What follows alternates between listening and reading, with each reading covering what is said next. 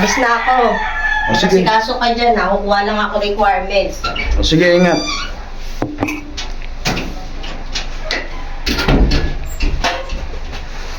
Magkano kaya tong kopit ko? Buti hindi niya nakapasa bulsa ko.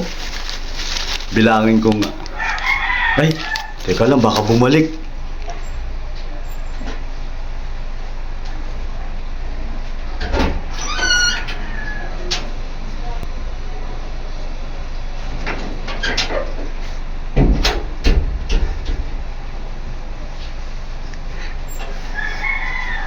Magkano kaya to?